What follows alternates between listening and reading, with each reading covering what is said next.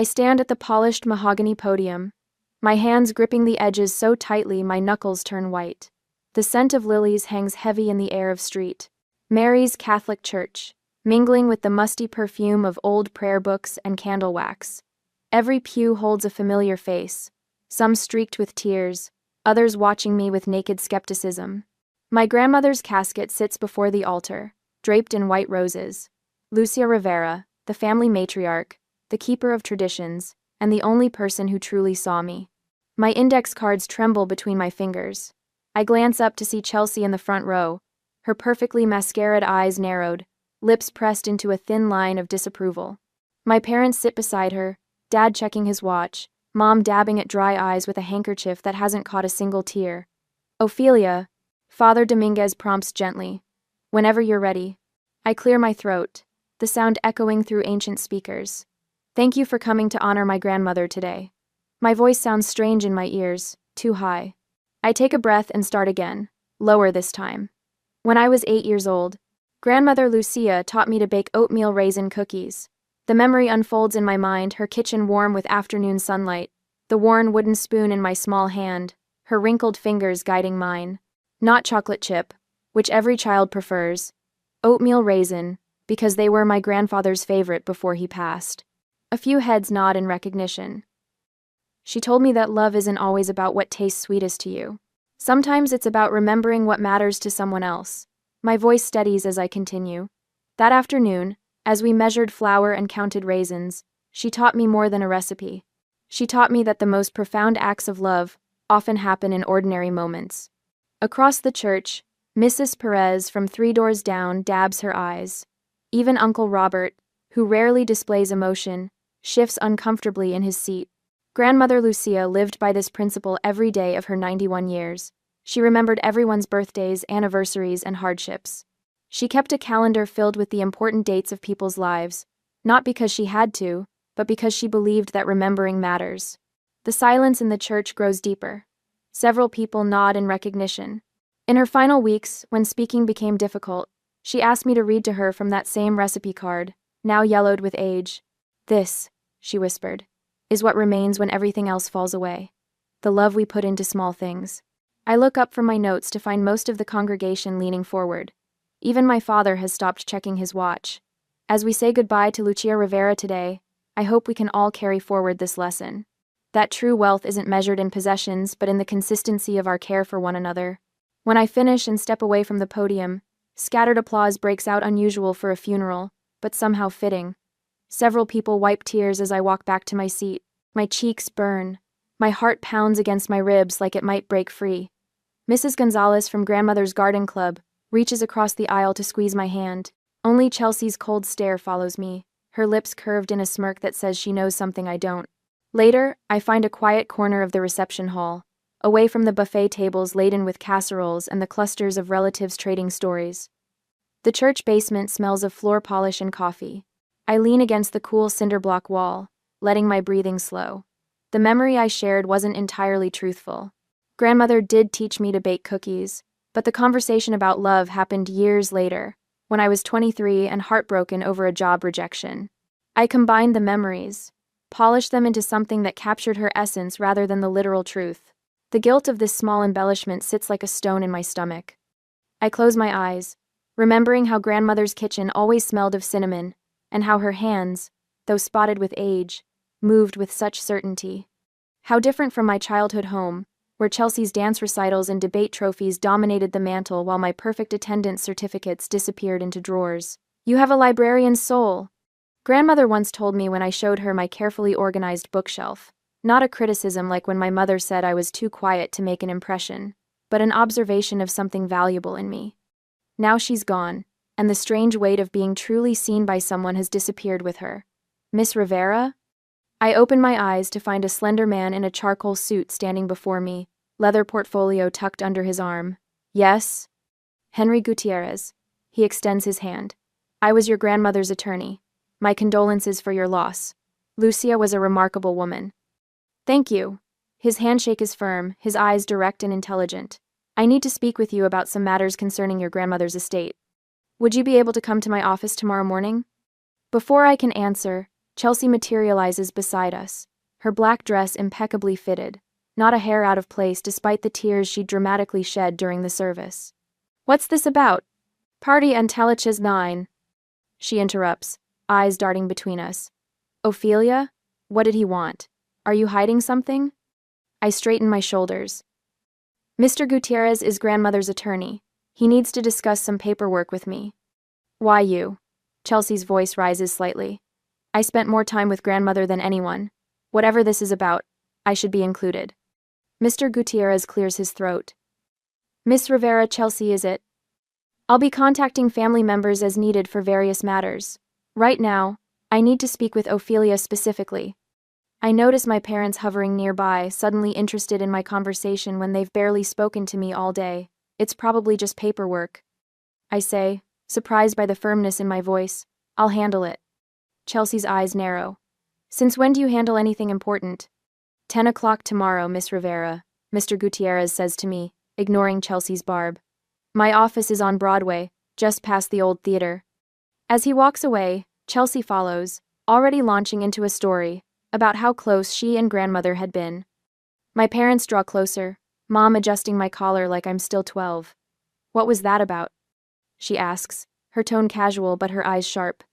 "Just some documents to sign, I imagine," I answer, stepping back slightly. Dad frowns. "Strange, he'd approach you directly. Your mother and I were her children, after all." Before I can respond, a warm voice calls my name. Marian, the head librarian where I work, approaches with arms outstretched. Her silver-streaked hair catches the fluorescent light, her sensible shoes squeaking slightly on the polished floor. "Your speech was beautiful," she says, wrapping me in a hug that smells of lavender and book dust. "Your grandmother would be proud." Over her shoulder, I watch my family retreat to the dessert table, huddled in conversation, their eyes occasionally flicking back to me. "Thank you for coming," I tell Marian when we separate. "It means a lot." She studies my face. "Everything okay? Besides the obvious, of course." I have a choice: brush it off, or confide in someone I trust. The weight of the day suddenly feels too heavy to carry alone. I'm not sure what's happening, I admit quietly, but something feels off. The family is acting stranger than usual, and grandmother's lawyer wants to meet with me specifically tomorrow. Marian squeezes my hand. "Whatever it is, you can handle it. You've always been stronger than you think." Her confidence warms me, but as I watch Chelsea charm a group of distant cousins across the room, doubt creeps in. What could grandmother's lawyer possibly want with me specifically? What was grandmother planning that would make my family suddenly pay such close attention to the granddaughter they've overlooked for years? I need to find out what grandmother was planning. And why, after a lifetime of being invisible in my own family, I'm suddenly the center of attention. The next day, the law office of Henry Gutierrez occupies the second floor of a restored Victorian on Broadway, just past the old Majestic Theater.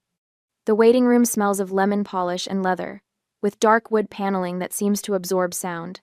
A grandfather clock in the corner measures time with solemn precision, each tick reverberating through my chest. I smooth my skirt, a simple navy that suddenly feels inadequate, and check my watch. 9:53. I'm early, as usual. The receptionist, a woman with steel gray hair pulled into an elegant French twist, offers me water in a crystal glass. "Mr. Gutierrez will be with you shortly," she says, her voice practiced and smooth. My phone buzzes with a text from Chelsea. "What's happening? We have a right to know." I silence the phone without replying. When Henry emerges from his office, he looks exactly as he did at the funeral: impeccable charcoal suit, confident posture, eyes that miss nothing. "Miss Rivera. Thank you for coming." He gestures toward his office. "Please." His workspace is both impressive and intimidating: bookshelves laden with leather-bound volumes, a desk that could double as a dining table for 8, and windows that flood the room with morning light. He indicates a chair across from his desk, then sits behind it, creating a clear power dynamic between us. "I apologize for the mystery yesterday," he begins, folding his hands. "Your grandmother was very specific about how this process should unfold." "Process?" My voice sounds thin in the cavernous room.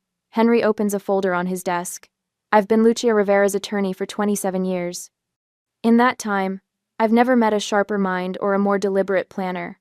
He extracts a document and slides it across the polished surface. This is your grandmother's will. The most recent version was executed 6 months ago. I look down at the legal document, its dense text swimming before my eyes. Your grandmother left her entire estate to you, Ophelia, $3 million in total assets. The room tilts. That's impossible. I assure you, it's not only possible, it's legally binding. Henry removes his glasses. What I'm about to tell you may be difficult to hear, but Lucia insisted you understand everything. He pulls out another folder, thicker than the first. Your grandmother conducted what she called the final test over the last 5 years of her life. She deliberately tracked every interaction with family members who visited, when they visited, and most importantly, why they visited. He opens the folder to reveal meticulous records in my grandmother's careful handwriting. Dates, names, notes. Chelsea asked for money for a car down payment, I read from one entry. Robert and Elena requested loan for mortgage refinancing. Page after page documents requests my sister's college fund, my parents' retirement plans, vacations, home repairs. Each entry concludes with a dollar amount. These are loan requests? Some were positioned as loans. Most were simply requests for financial assistance. Henry's expression remains neutral. Your grandmother kept records of every phone call, every visit. She noted who came to see her without asking for money. He taps a section where my name appears repeatedly, without dollar amounts attached. Only you. My stomach clenches. I don't understand. Your grandmother underwent thorough neurological and psychological evaluations to establish her competence. He produces medical records. These confirm she was fully capable of making financial decisions. She anticipated the will might be contested. The implications crash over me like a wave. My family only visited when they wanted something. I'm afraid the evidence suggests that pattern, yes. I close my eyes, memories rearranging themselves like puzzle pieces finding new positions. Chelsea's perfect attendance at family dinners coinciding with her request for tuition money. My parents' sudden interest in grandmother's garden when their kitchen needed remodeling. They'll never accept this, I whisper, opening my eyes. They'll fight. Your grandmother expected that response. Henry's voice is matter of fact, neither judgmental nor sympathetic. She prepared accordingly. So. He shows me visitor logs from the nursing home where grandmother spent her final months. My name appears 3 times weekly. My parents and Chelsea show up once a month, usually before or after major expenses. But my parents always said I wasn't attentive enough. I say, my voice sounding distant to my own ears, that Chelsea was the perfect grandchild. People construct narratives that justify their behavior, Henry replies. Your consistent presence, without financial motivation, was precisely what Lucia valued most. The clock on Henry's wall marks 10:30. Half an hour has rewritten my entire understanding of my family. There's more you should know about your family's financial situation. Henry continues, producing yet another folder. Your parents took out a second mortgage 3 years ago. They have substantial credit card debt. He shows me financial records, obtained legally through discovery during the estate planning. My parents' precarious finances spread before me in stark black and white. Chelsea? I ask. Your sister maintains an expensive lifestyle. Designer clothes, European vacations. He slides across a printout of Chelsea's Instagram feed, champagne brunches, shopping bags from luxury stores, captions about living my best life. All funded by our parents? Henry nods. They've enabled her spending habits for years. They were counting on this inheritance to solve their financial problems. The realization hits me. They aren't cartoon villains twirling mustaches. They genuinely believed grandmother owed them support. The inheritance wasn't a pleasant surprise but an expected solution to their mounting debts. They'll contest the will, Henry says, confirming my fears. They'll look for any weakness, claim Lucia was manipulated or mentally incompetent. Chelsea can be vindictive, I add quietly, remembering childhood scores settled with ruthless precision. Your grandmother anticipated this reaction. Henry's tone shifts, becoming more personal. Lucia hired me specifically to protect you, Ophelia. She knew this would be difficult. For the first time since entering his office, I feel tears threaten. Not from sadness or fear, but from the overwhelming realization that grandmother had seen everything clearly, the family dynamics, the financial motivations, my isolation within my own family. You're not alone in this, Henry continues.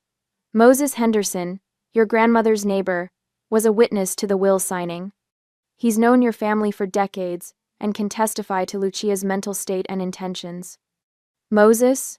The name conjures an image of the kind elderly man who always waved from his porch when I visited grandmother. He's aware of your family history and is prepared to support you. Henry explains. I know the legal strategy we'll need to employ. Between Moses's personal knowledge and the documentation Lucia prepared, we have substantial resources. I look again at the will, at my grandmother's signature firm and clear, just like her intentions. Lucia prepared for every possibility, Henry says, gathering the documents into neat piles. She was determined that her final wishes be respected. The grandfather clock chimes 11. In just 1 hour, my understanding of my family has been completely upended. The patterns of neglect and favoritism weren't just in my imagination. The disappointment over my career choice wasn't about the library, it was about money. Chelsea's perfect grandchild act was performance, not love. Yet beneath the shock and betrayal, something else stirs a strange sense of validation. Grandmother had seen the truth. She had valued my visits, my simple company without demands or expectations. In a lifetime of feeling invisible, she had seen me clearly. What happens now? I ask, my voice steadier than I expect. We prepare, Henry says simply. Lucia gave us everything we need to honor her wishes. Now we just need to be as strategic as she was. Outside the window, San Antonio continues its morning bustle, unaware that my world has just been completely transformed. The next morning, the morning of the will reading, brings a knot to my stomach as I enter Henry's office. The reception area fills with my family, the air thick with tension and cologne. My mother adjusts her pearl necklace while Dad checks his watch for the 3rd time. Chelsea sits with perfect posture, scrolling through her phone with manicured nails, occasionally glancing up to study me with narrowed eyes. Henry appears in the doorway, leather portfolio tucked under his arm. Thank you all for coming. Please follow me to the conference room. We file in like soldiers to a court-martial. The conference room feels both grand and suffocating with its mahogany table and leather chairs. A pitcher of water sits untouched in the center, sunlight streaming through Venetian blinds creating prison bar shadows across the polished surface. Before we begin, Henry says, placing his portfolio on the table, I need to share some additional documentation Lucia left in my possession. He removes a leather-bound journal with a faded red cover. This is your grandmother's visitor log. She documented every family visit for the past 5 years. My father leans forward. That seems unnecessary. We visited Mother regularly. Did you? Henry opens the journal, revealing pages of meticulous handwriting. According to her records, the pattern of visits is quite revealing. The room falls silent as Henry turns the pages. Each entry includes dates, times, and detailed notes about conversations. My stomach tightens as I notice a pattern emerging. January 15th, Henry reads. Chelsea visited. Asked for $3,000 for spring break trip to Cancun. Brought store-bought cookies she claimed to bake herself. Chelsea's face flushes. Grandma offered to help. Henry continues without acknowledging her. February 8th. Robert and Susan visited. Asked about second mortgage options. Suggested I consider selling the house. My parents shift uncomfortably. Dad's jaw tightens. March 30th. Ophelia visited. Brought library books and fresh groceries. Fixed loose cabinet in kitchen. Asked for nothing. Henry looks up. This pattern continues throughout. I notice dates circled in red ink. Squinting at the open pages, I see the connection. Those dates, I say, pointing to the red circles, they match exactly with family financial troubles. The day Chelsea crashed her car. When Dad's business partner left. When Mom needed dental surgery. Henry nods approvingly. Lucia was quite observant. He returns the journal to his portfolio and pulls out a document. Now, to the will itself. It was signed by Lucia Rivera 3 months ago, with 2 independent witnesses present. He slides a medical evaluation across the table. This confirms Lucia was of sound mind when making these decisions. The evaluation was performed by Dr. William Barkley, a respected neurologist who specialized in geriatric care. My family stares at the document like it might bite them. I feel a strange sense of power seeing the evidence laid out so clearly.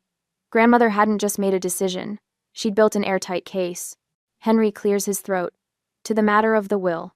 Lucia Rivera has left her entire estate, including the house on Magnolia Street, all financial accounts, and personal belongings, to her granddaughter Ophelia Rivera. The estate is valued at approximately $3 million. The silence lasts exactly 2 seconds before erupting into chaos. This is absurd. Chelsea jumps to her feet, face contorted with rage. She made up that eulogy to look good. She was barely there for Grandma. My mother's hand trembles as she points at me. You manipulated a sick old woman. Your own grandmother. We're contesting this immediately, Dad announces, pulling out his phone. I'm calling our attorney. Grandmother knew exactly what she was doing, I say, my voice steadier than I expected. The words rise from somewhere deep inside me, a place I barely recognized existed. She documented everything. She saw everything. My father's face reddens. This won't stand in court. Mother was 91 years old. She couldn't possibly have understood. The will has already been filed in probate court, Henry interrupts calmly. You're welcome to contest it, but I should warn you that the process could take months. Lucia anticipated this reaction and prepared accordingly. Her documentation is extensive. Chelsea grabs her purse, nearly knocking over her chair. You won't get away with this, Ophelia. We all know who you really are, a nobody who couldn't even finish college without Grandma's money. That's enough, Chelsea, I say, not raising my voice but not backing down either. Something has shifted within me. For the first time in my life, I don't feel small in their presence. My parents exchange glances, a silent conversation I've witnessed 1,000 times but never been included in. They stand in unison. This isn't over, my mother announces, smoothing her skirt. Not by a long shot. They storm out, Chelsea trailing behind with one final venomous glare. The door slams so hard the water in the pitcher ripples. In the sudden quiet, I realize I'm still sitting straight, shoulders back, breathing normally. My hands aren't trembling. I haven't apologized once. Henry sits down across from me. Your grandmother prepared everything. She knew exactly how they would react. The door opens again, and an elderly black man in a crisp button-down shirt enters. His silver hair contrasts with dark skin, and he walks with a dignity that suggests years of standing his ground. Moses, Henry says, standing to shake the man's hand. Thank you for coming. Moses Henderson nods at me. Miss Ophelia, my condolences about Lucia. Moses was one of the witnesses who signed your grandmother's will, Henry explains. He's lived next door to her for 30 years. Lucia asked me specifically, Moses says, settling into a chair with the careful movements of age. She knew what might happen after she was gone. Was she? I hesitate, voicing the fear Chelsea planted. Was she fully aware when she signed? They'll claim she wasn't. Moses chuckles, a warm sound that fills the room. Young lady, Lucia Rivera was sharp as a tack right until the end. Mine like a steel trap. She knew exactly what she wanted and why. Relief floods through me. Thank you for telling me. But she talked about you, you know. Moses leans forward, elbows on the table. Not often Lucia wasn't one for idle chatter, but when she did, there was pride in her voice. My throat tightens. Really? She'd mentioned books you recommended. How you fixed things around the house without being asked. Small things, but important ones. His dark eyes, clear despite his age, hold mine steadily. Young lady, I know she truly loved you. The simple statement hits me with unexpected force. Not the inheritance, not the victory over my family, but this confirmation that grandmother's love had been real. This is what makes tears spring to my eyes. I loved her too, I managed to say. Henry clears his throat. We have a strong case, Ophelia. The documentation is impeccable, but your family won't give up easily. I look between these two men, strangers days ago, allies now, and feel something unfamiliar taking root. Not just confidence, but a sense that I'm not facing this alone. Can I really stand up to them after all these years? The question slips out before I can stop it. Moses smiles, revealing a gold tooth that catches the sunlight. Lucia thought so, and that woman was rarely wrong about people. I nod, straightening the papers before me with steady hands. For the first time since grandmother died, I feel certain of my path forward. The battle has just begun, but I'm no longer afraid of the fight. I place another legal tome on the growing stack beside me, rub my tired eyes, and check the time. 7:43 p.m. 3 days after the will reading, and I've barely left this conference room in Henry's office. Undue influence requires proof that I isolated grandmother from the family. I say, underlining a passage with my finger. They visited her, though not often. That argument won't stand. Every teen. I dear offer matter word. Henry nods, his expression carefully neutral as he reviews documents across the polished oak table. His tie is loosened, sleeves rolled to the elbows. Good observation. They'll likely argue diminished capacity instead. But we have Dr. Ramirez's evaluation from just 2 months ago. I tap another folder. Perfect cognitive scores. True, but Chelsea might claim the evaluation was done at your request. I look up sharply. I never asked for an evaluation. I know that. Lucia requested it herself, anticipating this exact situation. Henry removes his glasses, polishing them with a handkerchief. But perception matters in probate court. We need to prepare for every angle of attack. I exhale slowly, setting aside emotions that threaten to bubble up during the will reading. This isn't about feelings anymore, this is strategy. Chess, not checkers. What about the journal? I ask. Powerful evidence, but they'll call it hearsay. Henry replaces his glasses, his expression sharpening. We need additional corroboration. This methodical approach feels foreign to me, the girl who spent her life avoiding confrontation, who rearranged her own needs to accommodate family harmony. Yet here I am, analyzing legal precedents like battle plans. I've been reading about contestation statistics. I tell him, opening another book. Most challenges fail when proper documentation exists. Henry's eyebrow rises slightly. You've been doing homework. I need to understand what we're facing. The words come out firmer than I expect. This isn't just about money, it's about respecting grandmother's wishes. Your grandmother would be impressed. Henry sorts documents into neat piles. Most people in your position would be emotional, reactive. You're thinking like someone who wants to win. Outside, San Antonio traffic hums. The world continues while I transform from overlooked librarian to someone who might actually prevail against her family. Let's assess their potential moves. Henry uncaps a pen.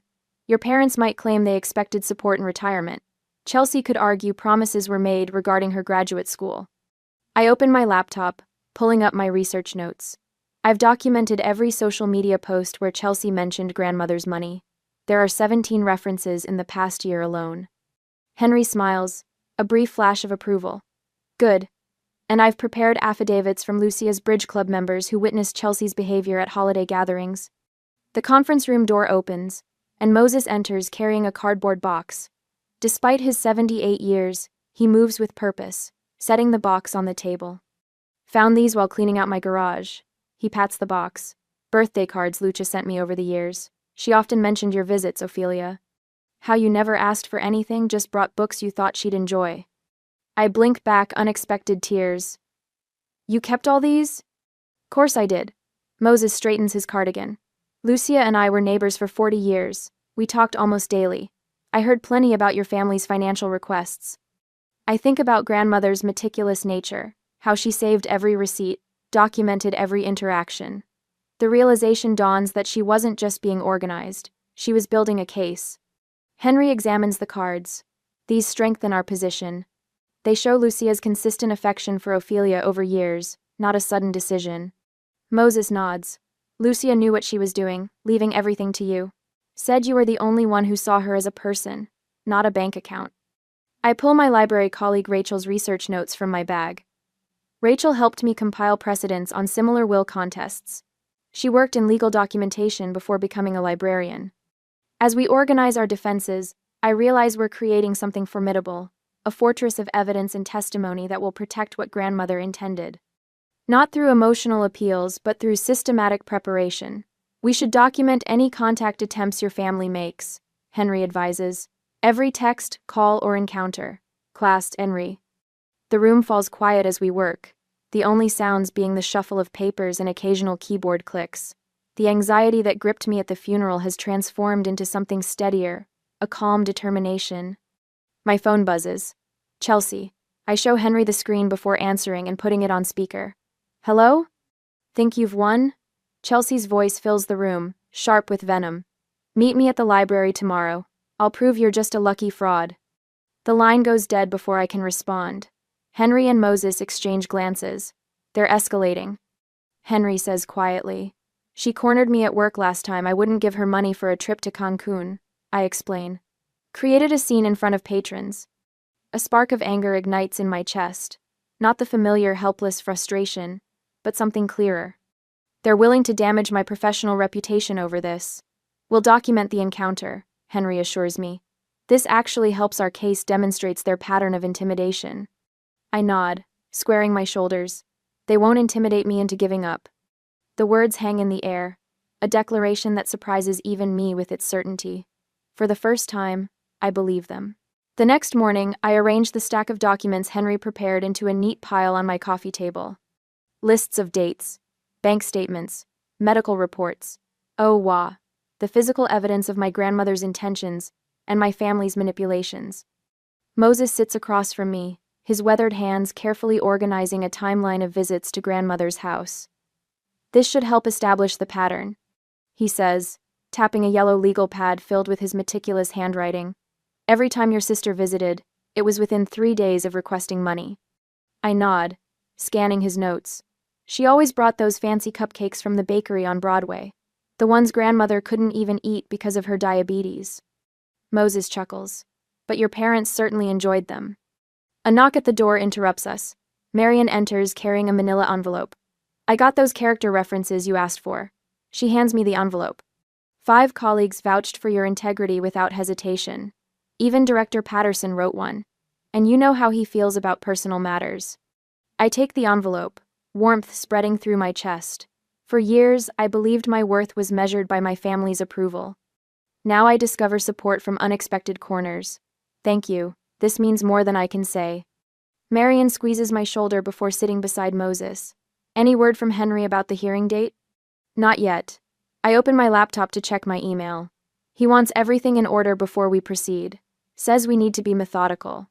My phone buzzes with a text from Janice, another librarian. Have you seen Chelsea's Facebook post? Call me. Oh. Cold dread pools in my stomach. I open Facebook on my laptop and find Chelsea's profile. Her latest post sits at the top of her page, with 27 comments already. Some people will do anything for money, even lie at their own grandmother's funeral. My sister manipulated our grandmother with weekly visits while spreading lies about our family. Now she's trying to steal what belongs to all of us. The real Ofelia Rivera never cared about grandmother until there was money involved. Family betrayal. The real truth. Marian gasps, reading over my shoulder. That's outrageous. My hands shake as I scroll through comments. Most are from Chelsea's friends expressing shock and offering support, but several are from community members who attended the funeral. I thought that eulogy seemed rehearsed. Always the quiet ones you have to watch. Such a shame when money tears families apart. Moses leans forward, jaw tight. This is desperate nonsense. Pay it no mind. But I can't ignore it. These are people I see at the grocery store, the library, church. People who watched me grow up. Now they're reading lies about me, forming judgments based on Chelsea's twisted version of events. My phone buzzes again. A text from my father. Split the inheritance equally and this will all go away. Think about what you're doing to this family. Text. The audacity steals my breath. I set my phone face down on the table. Is it worth it? I whisper, more to myself than my companions, standing firm while they destroy my reputation. Moses straightens in his chair. Your grandmother knew this would happen. That's precisely why she documented everything. But what if people believe her? What about my job? The library board reads these posts too. Marian takes my hand. The people who matter know who you are, Ophelia. As for the rest, she shrugs. Truth outlasts gossip. My laptop chimes with an email notification from Henry. The subject line reads, Probate hearing scheduled. 2 weeks. I open it with trembling fingers. Henry confirms the date, adding, All documentation is prepared. I've engaged a reputation management specialist to address the social media situation. Do not respond directly to any posts or contact your family. Forward everything to me. Moses reads the email and nods approvingly. Henry knows what he's doing. Remember, your grandmother chose him specifically. A second email arrives minutes later with a digital copy of grandmother's medical evaluation from 3 months ago, then 2 months ago, completed by 2 separate physicians. The conclusion stands out in bold. The patient demonstrates excellent cognitive function for her age. No signs of impairment or undue influence detected. We have everything we need to prevail, Moses says, his voice steady with quiet confidence. The truth stands firm against lies. I look around my small living room, now transformed into a strategic command center. 3 weeks ago, I was the overlooked granddaughter who visited an elderly woman out of genuine affection. Now I'm preparing for a legal battle against my own family, while defending my character in the court of public opinion. Yet something has shifted inside me. Where panic might have once overwhelmed me, I feel an unfamiliar calm. My family's attacks no longer surprise me. Their desperation confirms what grandmother knew all along, that their affection was conditional, their visits transactional. I close my laptop and straighten the papers once more. 2 weeks, I say. Let's make sure we're ready. For the first time since this began, I feel neither fear nor doubt. Only a quiet determination to honor my grandmother's final wish, after diminution, to recognize my own worth, even when others try to diminish it. 2 days later, Henry's office seems smaller today, the walls closing in as he unfolds a crisp letter bearing the letterhead of Wallace and Thornton, attorneys at law. Morning sunlight streams through Venetian blinds, casting tiger stripes across the document that threatens everything. They've hired Gerald Thornton, Henry says, his usually composed voice tight with concern. He specializes in contesting wills, particularly those with, he adjusts his glasses, questionable circumstances. My throat constricts. What exactly are they claiming? Undue influence. Henry lays the letter flat on his polished mahogany desk. They're alleging you manipulated your grandmother during her final years, using your regular visits to poison her against the family. The accusation hits like a physical blow. My hands curl into fists in my lap. They've requested an emergency probate hearing. Henry continues. Thornton is good, calculated, precise. He's framing this as concern for Lucia's legacy rather than their own financial interests. How can they twist things like this? The words scrape my throat. I never asked grandmother for anything. Precisely why this is so dangerous, Henry says. They're not claiming you extorted her. They're suggesting something more insidious, that you presented yourself as the dutiful granddaughter, while systematically turning her against her own children. I picture Chelsea's perfectly composed face, the mask of concern she must have worn when talking to their new attorney. My father checking his watch, my mother dabbing dry eyes at the funeral. The performance of grief that fooled no one who truly knew Lucia. Look at this. Henry slides over a printed Facebook post. It's from my mother's account, a carefully worded message expressing deep concern for dear Lucia's final wishes and heartbreak over possible manipulation of an elderly woman's trust. My stomach turns. They're making me sound like some kind of predator. And they're being smart about it, Henry says. No obvious greed, no public tantrums, just concerned family members worried about an elderly relative's vulnerable state. He pulls out more documents, screenshots from Chelsea's Instagram showing carefully selected photos of her with grandmother at family gatherings, captions lamenting cherished moments and honoring true intentions. They're rewriting history, I whisper, the truth of it settling cold in my chest. They've already gathered support from certain neighbors. Henry's mouth tightens. The Wilsons next door, the Harveys from across the street. People who saw Chelsea's occasional holiday visits but never witnessed your regular Tuesday afternoons reading to Lucia. The phone on Henry's desk buzzes. His secretary's voice comes through the speaker. Mr. Gutierrez, Judge Ramirez has scheduled the emergency hearing for Thursday at 9 a.m. 3 days, not 2 weeks as previously planned. I breathe when Henry ends the call. Henry stands, straightening his tie. Time to activate everything we've prepared. Within hours, our counteroffensive moves with the precision of a military operation. 3 months of strategic preparation deployed simultaneously. Henry sends comprehensive documentation to the court medical evaluations, proving Lucia's mental acuity, visitor logs from the nursing home, testimonials from staff. Moses arrives at Henry's office by noon, leaning heavily on his cane but with fire in his eyes. Those vultures, he mutters, shaking his head. I've written down every conversation I overheard between Lucia and your parents these past 5 years. Every demand for money, every guilt trip about her responsibilities to fund Chelsea's lifestyle. Marion from the library coordinates character references from colleagues. We're addressing the reputation issue head-on, she tells me over speakerphone. 8 letters from community members who've known you for years, testifying to your integrity and character. By afternoon, Henry has arranged for Lucia's primary physician to provide a sworn statement. Dr. Sandoval conducted quarterly cognitive assessments. Henry explains. Your grandmother scored remarkably well, even 2 weeks before her passing. I watch this machinery of defense with quiet amazement. For years, I navigated life avoiding waves, stepping carefully around everyone else's feelings and needs. Now an army mobilizes on my behalf, fighting for what Lucia intended. My phone buzzes with a text from Chelsea.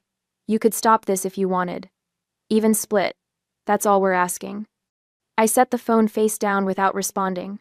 By evening, we gather in Henry's conference room. Henry, Moses, Marian, and 2 of grandmother's nurses. The wall is covered with documents. A timeline of the family's history with Lucia. My modest apartment couldn't have contained this operation. They'll call character witnesses. Henry explains. Former church members, distant relatives who'll claim Lucia mentioned different plans for her estate. But we have the signed will, I say. We do. Henry nods. But Thornton will argue you exerted undue influence during a period when Lucia was vulnerable.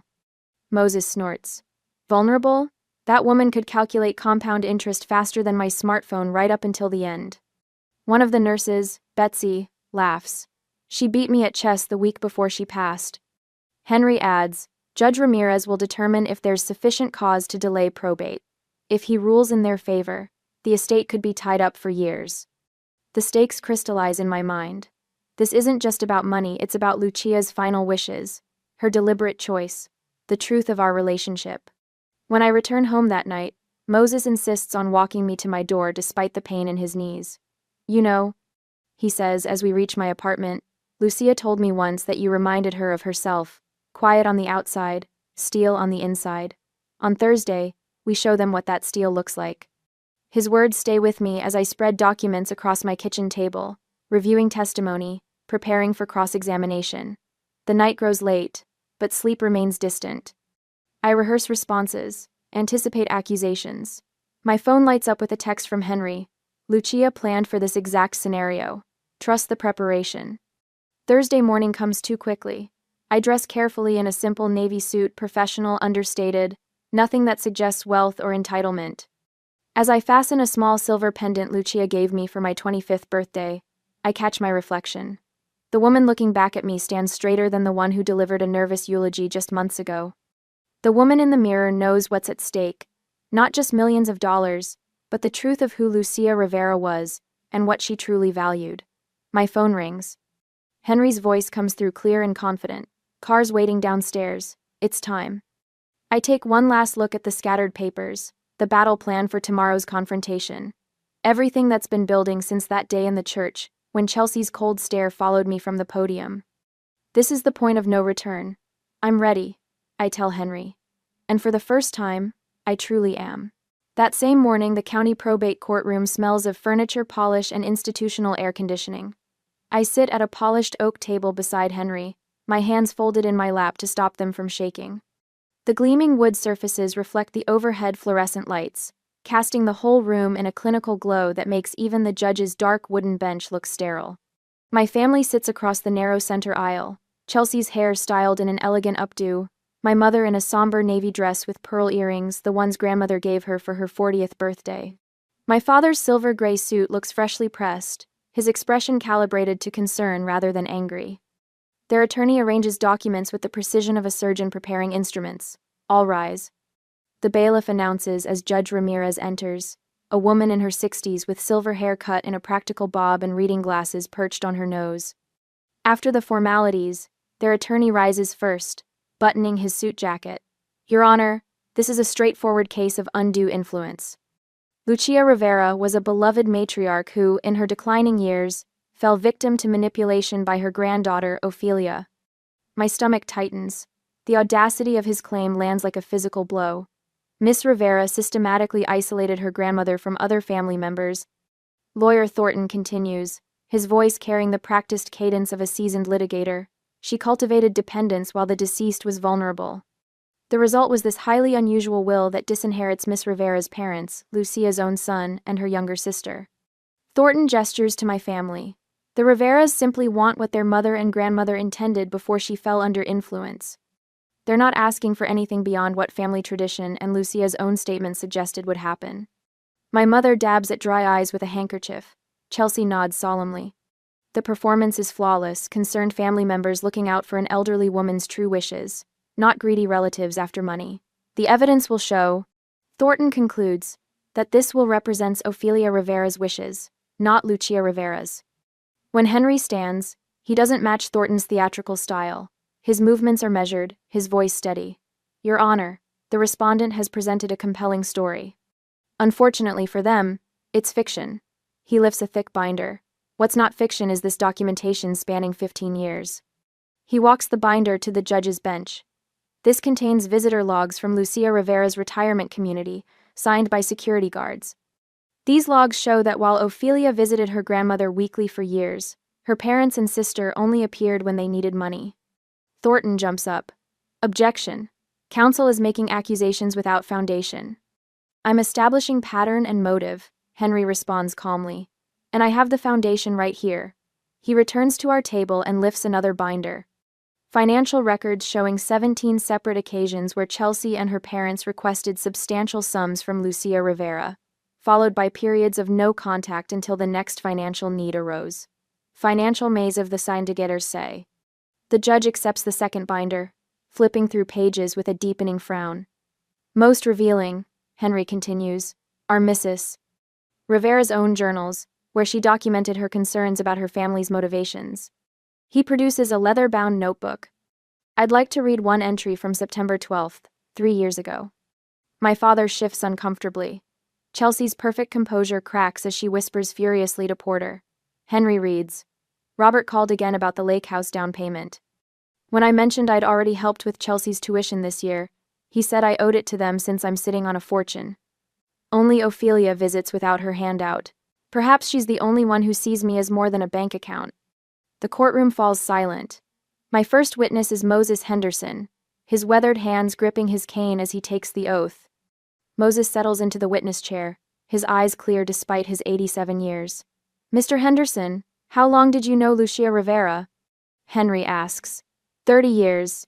We were neighbors at Shady Oaks Retirement Village. And did you ever observe Ofelia isolating her grandmother from family? Moses chuckles. Just the opposite. Many times I heard Lucia on the phone asking her son and his family to visit. Ofelia would encourage her to keep trying. And were you present when Lucia decided to change her will? I was. She invited me for coffee that morning, said she had important business and wanted a friend there. Was she of sound mind? Sharp as they come, Moses says, tapping his temple. We'd just finished our weekly chess match, which she won, mind you. She explained exactly why she was making the change.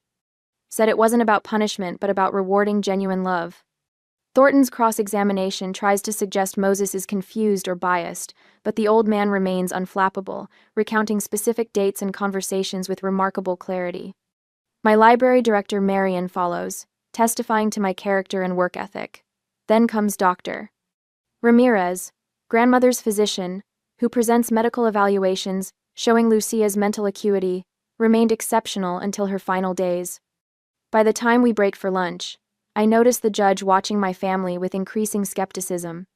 Their perfectly coordinated, concerned expressions have begun to seem rehearsed rather than genuine. When court resumes, Thornton calls my mother to the stand. Mrs. Rivera, did your mother ever express concerns about Ophelia's influence over her? My mother's voice catches. She became so different in those last years. When we'd visit, she'd seem distant, preoccupied. Sometimes she'd mention things Ofelia had told her about us that simply weren't true. Henry's objection to this hearsay is sustained.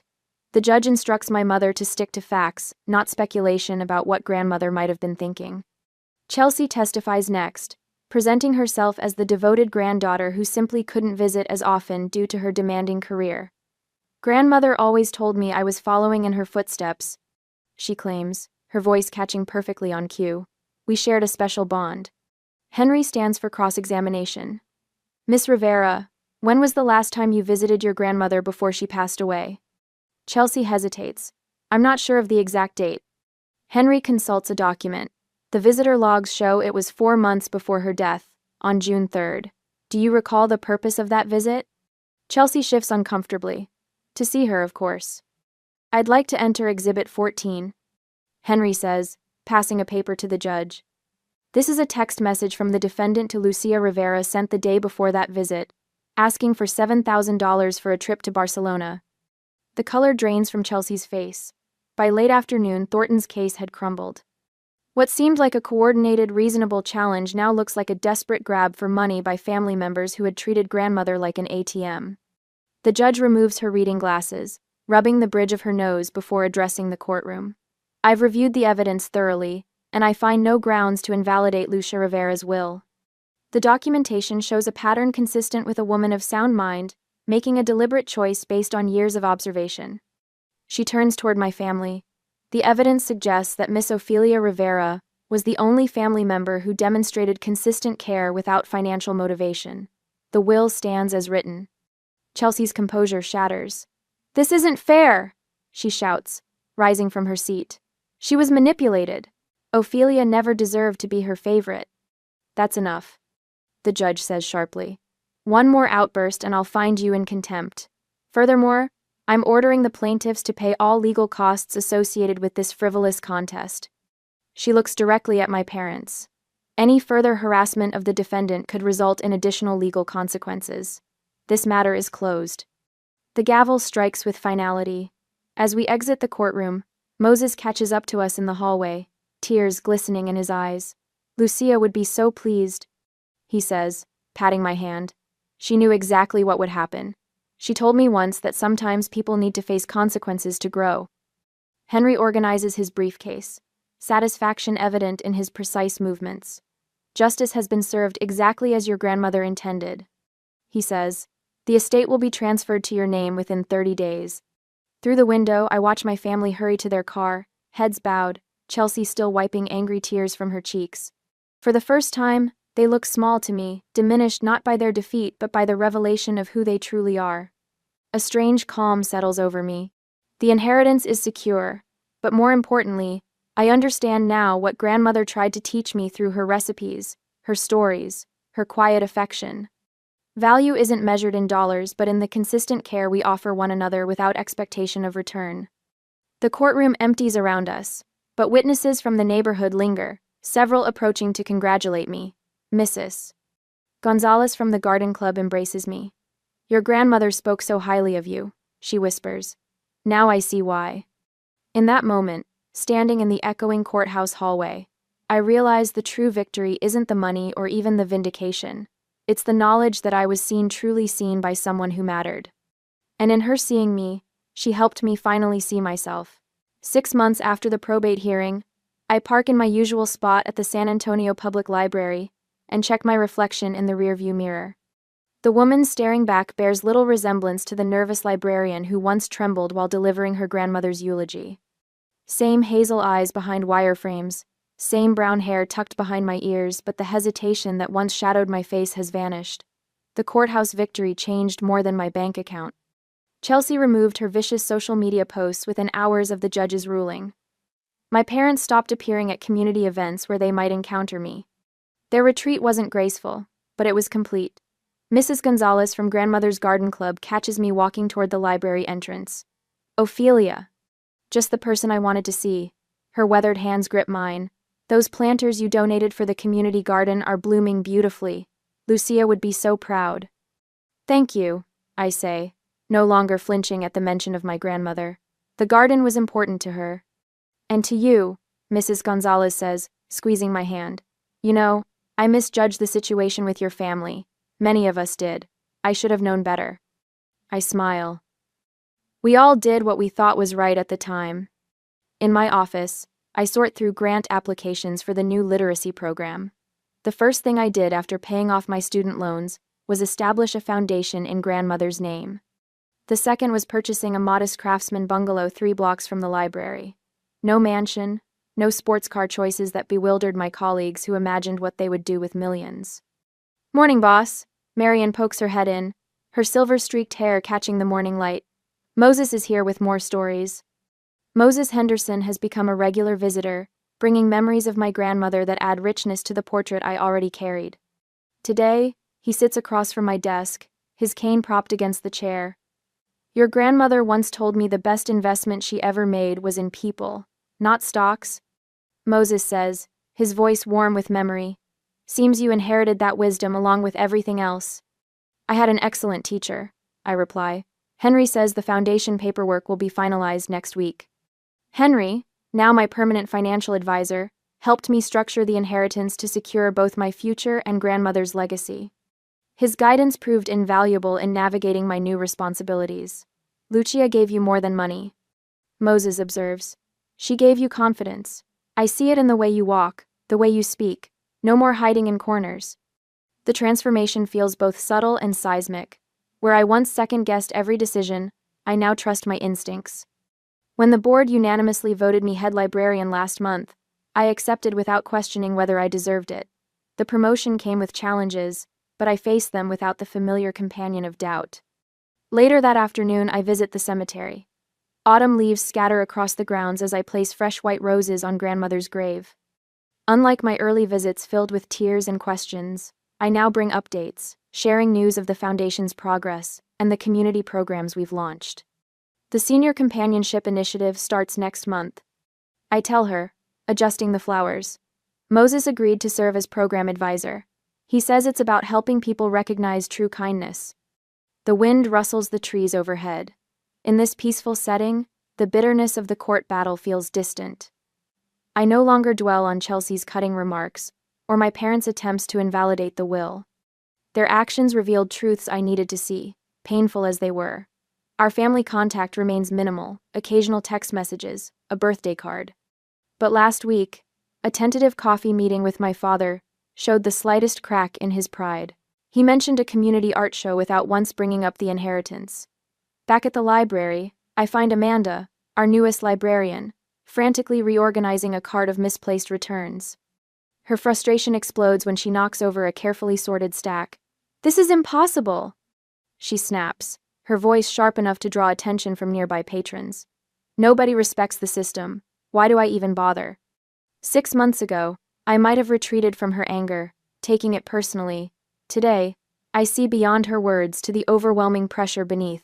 The hardest people to love often need it most. I say, kneeling to help gather the scattered books. "Take a break. I'll finish this." Her shoulders drop. "I'm sorry. It's not the books. My mother's health is declining and I'm trying to arrange home care from 3 states away." My grandmother struggled with the same issue before moving to assisted living, I tell her. "I have some resources that might help. Let's talk after your shift." This interaction, this ability to remain steady in the face of another's distress, marks the most profound change in me. Grandmother's true gift wasn't the money. It was teaching me to recognize the value of compassion, especially when it's difficult to give. That evening, my phone buzzes with a text message. My mother's name appears on the screen, sending a familiar flutter of anxiety through my chest, but it settles quickly. Her message reads, "Would you consider joining us for Christmas dinner this year?" I stare at the words, remembering holidays filled with tension and unspoken resentments, but also remembering the oatmeal raisin cookies grandmother taught me to bake, and her gentle wisdom about love, not always being what tastes sweetest to you. Perhaps it's time for us all to sit down and see each other as family again. Not because the past didn't happen, but because Lucia Rivera taught me that true inheritance isn't counted in dollars. It's measured in the courage to offer kindness where it hasn't always been returned. I text back, "I'd like that. Should I bring dessert?"